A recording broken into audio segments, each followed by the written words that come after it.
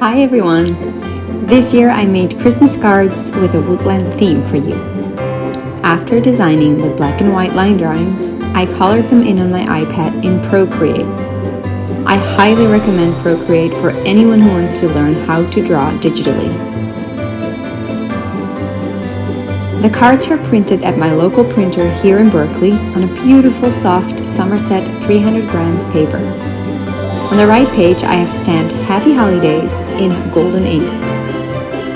The cards are square and 6.25 inch, so there's plenty of room to write whatever you would like.